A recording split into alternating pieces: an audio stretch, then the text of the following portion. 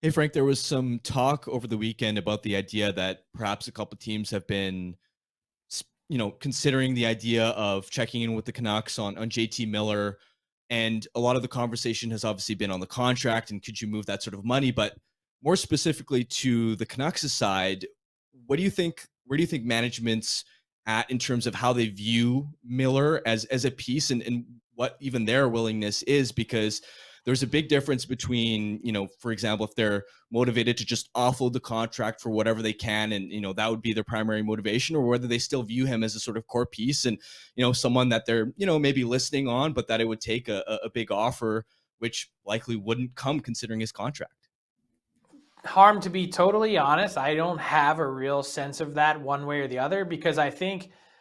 really what the Canucks are trying to answer is what's the easiest and most efficient way to get salary cap flexibility, and how do we achieve that based on the pieces that we have. And so I think each player sort of has a price tag in the asset allocation department, and then there's also that part of it that's connected to it of like there's real value here in the freedom and flexibility that creates. And I'll give you an example. What do you mean by that? Well, the example is the San Jose Sharks and Erik Karlsson.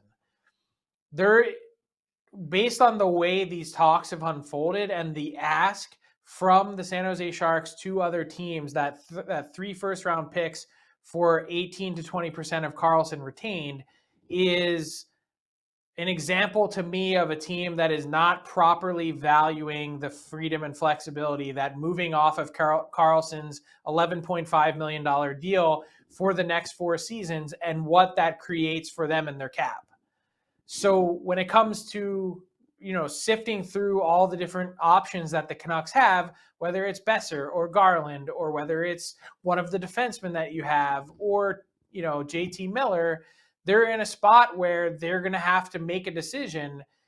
Do we value the player and what he brings to the team more, or do we value the contract and being off of our books more? And where is that sweet spot that exists between those two things to really maximize what we're looking to get? I would say the biggest thing with Miller is that it's just more timely than it is the other players. I think they still like him as a player, and I think the calculus is really going to come in for Miller in the summer of, is there a team out there that would have been willing to sign JT Miller at that term and at those dollars on July 1?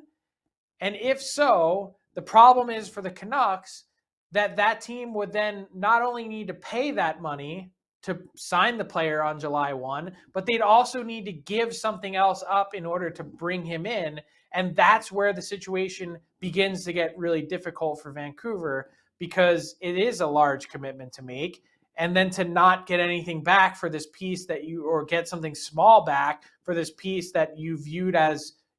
as recently as a year ago, one of your core pieces, that's really difficult.